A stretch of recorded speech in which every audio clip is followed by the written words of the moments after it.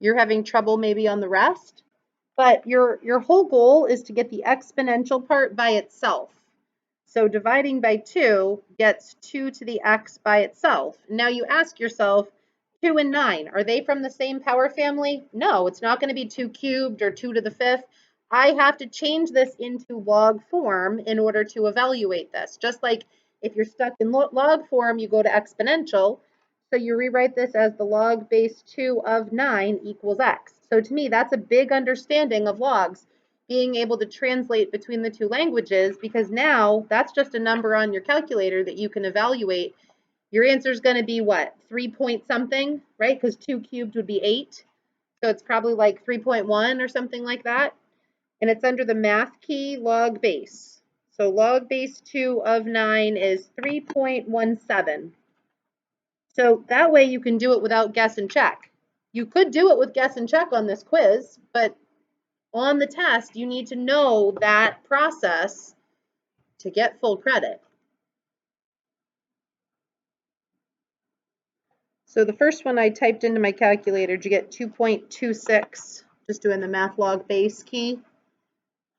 So it's under math, down to the bottom, log base on your calculator. If you don't have the fancy calculator, you're welcome to take the log of 81 and divide by the log of 7 on your phone calculator. You'll get the same answer. This is the big idea. How do I go from log form into exponential form? A to the h power equals b. So the base of the log is the base of the exponent. This is the exponent over here. So the log is equal to the power, right? A to the h equals b, what's inside. You have to be able to go between those two when it's not just numbers. So you have to be able to translate between the two languages. Rewriting more than one logarithm, you're allowed to take the numerator, and for division, you're going to do subtraction of the other log. So log base 6 of b minus log base 6 of a squared. If you want to leave it like that, you don't have to go any further. If you want to pretend that this is a times a, you could say log base 6 of b minus log base 6 of a minus log base 6 of a. So it actually would be both being minused because they're both in the denominator. So I'm dividing by both of those a's. I would just stop here so you don't make a mistake and just call that a squared. Condensing, so there's the minus signs. You're going to use division inside one log, but the coefficient can't be there. So this is really x cubed. The coefficient and the power are related to each other. So you really have log base 2 of x cubed over y. And the only reason I'm kind of, trying to review those properties, I'm not going to, super test you on the properties, but evaluating logs, sometimes you need to know how to put them together or split them up. So you have to know that division and subtraction go together.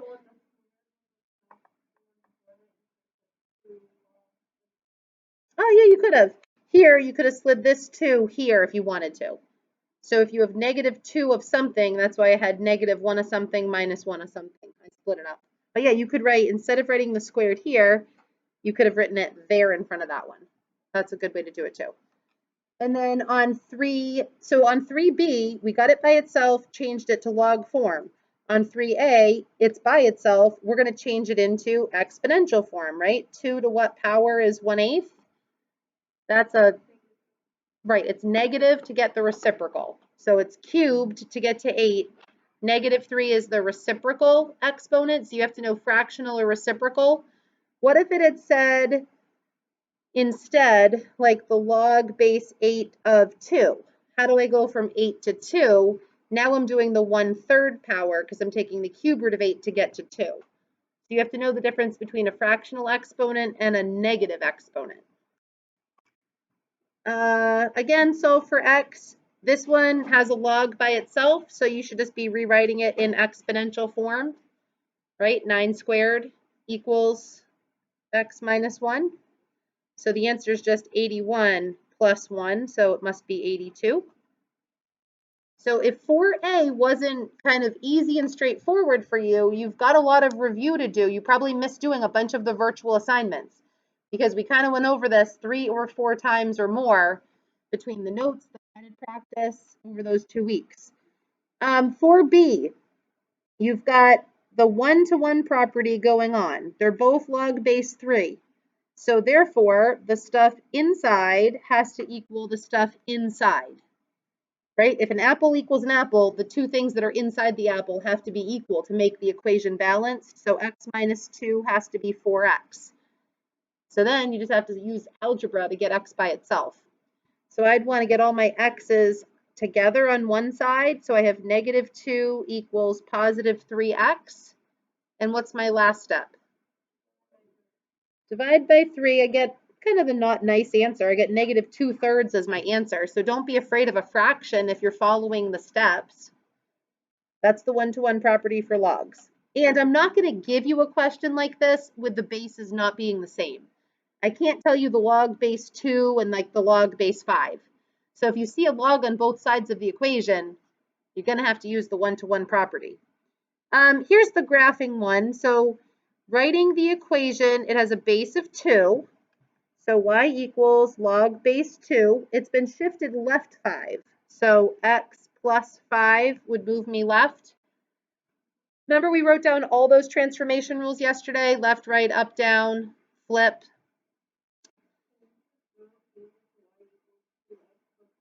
You can't just change it to y equals 2x plus 5.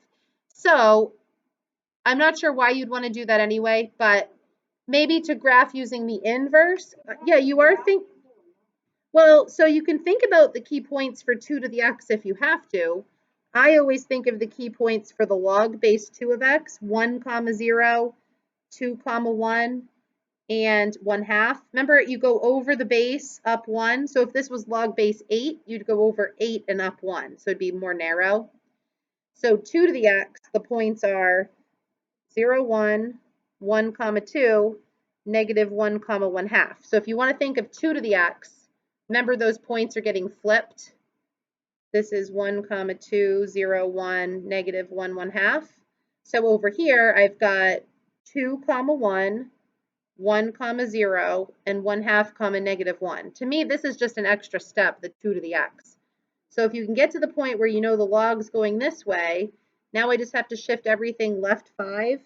1, 2, 3, 4, 5. So the new asymptote is at -5. My new intercept and my new kind of coordinates. So if it was a base 4 graph, you keep everything the same. You start at 1, but you go over 1, 2, 3, 4, and up 1, right? Because it's related to the exponential function. 4 to the first power is 4. 8 to the first power is 8. So if it was a log base 8 graph, you'd have to go over 8 to go up 1. So the steepness in this direction is related to the exponential function going in this direction. So you really just need these 3 key points. 1, 0 is the intercept, the asymptote, and then you know it kind of approaches the asymptote. So try the graph. I mean, you're going to get points just for writing the equation, you know, and then points for attempting your graph. So even if you got a 3 or a 4, it's not going to kill your whole quiz. And then that might be the one objective that you need to keep reviewing. Okay, so finding the inverse. So you know how up here you were asking, is it just 2 to the x plus 5? It's not. So finding the inverse, I'm going to count as a bonus on your quiz, but I still want you to attempt it because it's on your test on Thursday. But inverses tend to be hard for students. So when it says y equals, x equals the log base 2 of y plus 3. So your first step to find an inverse, you just switch x and y. That's all you do. Your second step is the log by itself on this side of the equation? It is, because all this stuff is inside the parentheses. So if you had a plus 3 over here, you might have to subtract the 3 to the other side, but this is all part of the log. So then you just change it into exponential form to finish. 2 raised to the x power equals y plus 3. That frees up your y value. If you're inside the log at this step, you're going to be outside of the equation at this next step. So the x is getting kind of retrapped up here in the exponent. So your inverse is y equals 2 to the x minus 3. So see how, Dylan, that inverse is different than what you were talking about? It wouldn't just be 2 to the x plus 3. It's actually 2 to the x with a minus 3 outside. So you might be able to memorize that, but I go through those steps. And then the last one, you just switch X and Y. And then this time you have to check that your exponential piece is by itself, like there's no +6 or something over here. And then you're going to change it into log form. So try to rewrite that in log form if you haven't had the opportunity yet.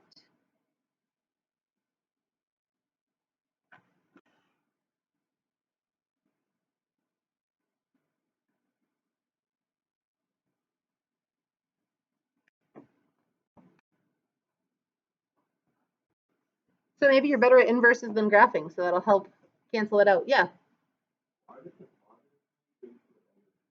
It's an inverse. And so at this step, I ended up subtracting 3 to the other side to get y by itself. So you'll notice this is a log, right? So a log shifting to the left actually makes the exponential function shift down, right? This is a left 3. This is actually a down 3. And if you think about up here, this was a left 5. Oh, I didn't find the inverse exponential function, did I? It would have shifted it down 5, but I always just think of the parent function. I don't think about the inverse. So,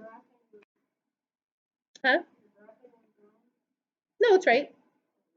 No, I was just saying I never found the inverse 2 to the x whatever. It would have been 2 to the x minus 5.